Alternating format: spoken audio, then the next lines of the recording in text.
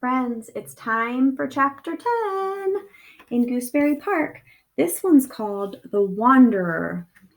And if you remember at the end of the chapter yesterday, Kona had rescued the 3 babies and the bat Murray, and he brought them back home to his house, but he still doesn't know where Stumpy is. So let's go ahead and read chapter 10, The Wanderer. When Professor Albert finally woke up, it was 4 o'clock in the morning. Gwendolyn was waving her antenna like an inspired conductor. Kona could be heard rattling around down in the basement. Some little bits of egg roll lay on the carpet, and the world outside was nothing but solid, unyielding ice. It was too much for an old biology professor. He refilled Kona's dish, handed Gwendolyn a piece of broccoli, put on an extra pair of socks, and went straight to his bedroom. Professor Albert had never been an amateur when it came to sleeping, which means he's not new to this. He's really good at sleeping. Years of standing beside philosophy majors trying to label the insides of frogs had taught him the fine art of turning off his brain whenever he wished. So he turned it off and went back to sleep. Down in the basement, Kona was trying to settle his house guests into a giant box of Christmas decorations. "This is embarrassing," said Kona, plumping a Christmas tree skirt around the babies with a gentle paw. "Ordinarily, I'd put you in the guest room. Very nice. Its own bath. But I don't think we could count on a hearty welcome from Professor Albert. Once a chipmunk wandered in, and he chased it for 2 hours with a colander. A colander is like a strainer that you use when you're cooking macaroni, and you put the noodles in it, and all the water comes out. So he chased this chipmunk around with a colander. He cooks Italian? Oh, wait, let me reread that. That's Murray. He cooks Italian?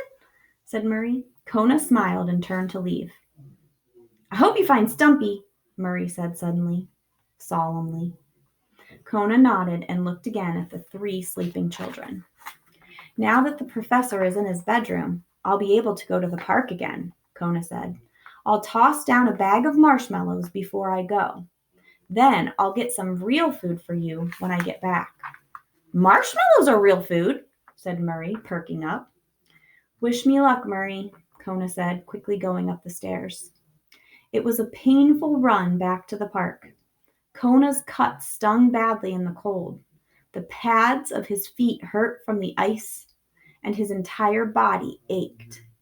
But the dog made it back to the park, and this time more quickly. He was afraid Stumpy might be injured and hurting somewhere. There was no time to waste thinking of his own bumps and bruises. A few of the animals in Gooseberry Park had begun to emerge from the wreckage. They wandered slowly in the moonlight. A large black crow flew low overhead, surveying the sight. There's the crow. "Have you seen a little red squirrel?" Kona called to the crow. "A girl?" asked the crow. No, a squirrel, a little red one." Kona waited as the crow landed beside him. "A squirrel, you say?" asked the crow. "Yes," said Kona. "Red?" "Yes. About this big." Oh, this is the crow. "About this big?" asked the crow, opening his wings. Yes, Kona cried excitedly.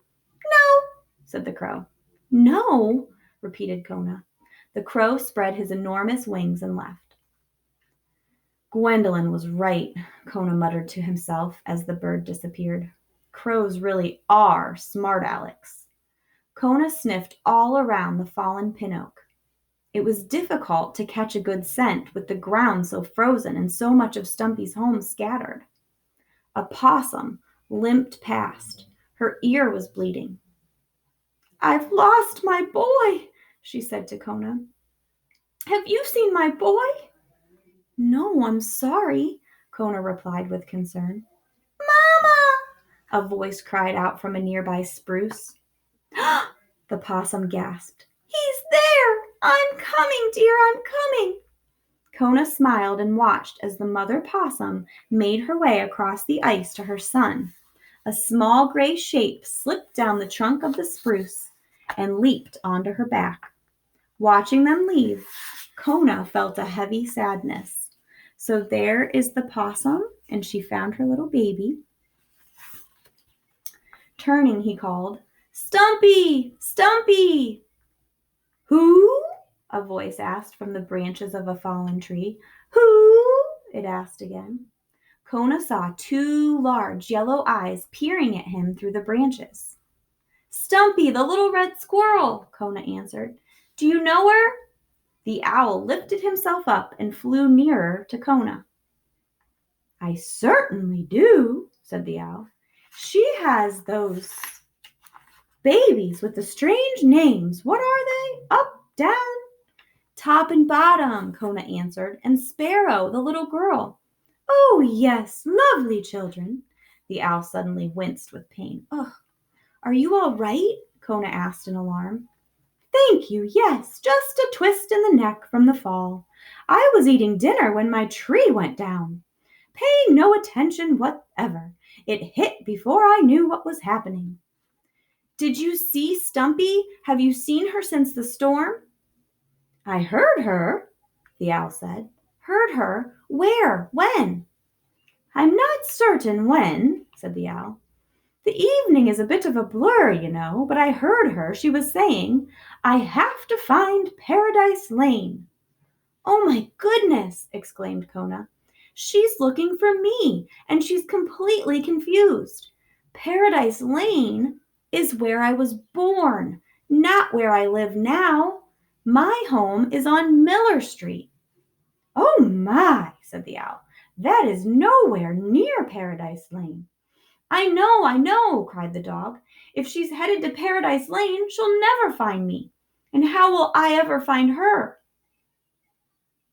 The owl began to shake his head.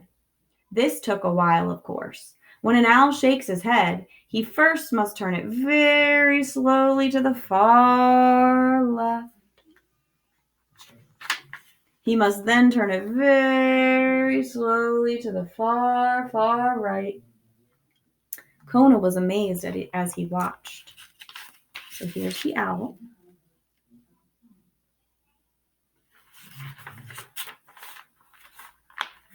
The owl winced again. "Oh, your neck?" said Kona. "Yes," said the owl. "But why did you shake your head?" asked Kona. "Because you will not be able to find her," said the owl. "But I have to." "She is wandering, my boy, and no one can find a wanderer. The wanderer must find you." Kona sighed with frustration. "Stumpy isn't very smart. She doesn't even know what a television is." "A what?" asked the owl. "Never mind," Kona said glumly. "My feet are frozen, and there are 3 babies and a bat in the Christmas ornaments, and then Professor Albert's marshmallows." "Snap out of it, son," the owl grumbled. "Go on home now. You're babbling." Kona turned to go back home. "And where are all of her yogurt cups?" he said. "And the rubber bands? Did Murray say he's Italian?" The owl sat and stared as the large, wary Labrador mumbled and slipped his way across the ice, heading back to his home on Miller Street, wishing it were Paradise Lane. So remember, we had learned that Professor Albert had got Kona from someone who lived on Paradise Lane. Stumpy must have remembered Paradise Lane, and she thought that that's where Kona lived now, but that's not where Kona lives at all. So Stumpy has headed to the wrong place to look for Kona, but Kona can't stay out for too long because he's got to get back home to Murray and the 3 baby squirrels that are at his house. So that's where he's headed. He's headed back to the house to check on the babies and Murray. So hopefully, somehow, they'll be able to find Stumpy. So we'll have to wait till the next chapter to find out what happens. All right, friends, hope you enjoyed that chapter, and I'll see you soon.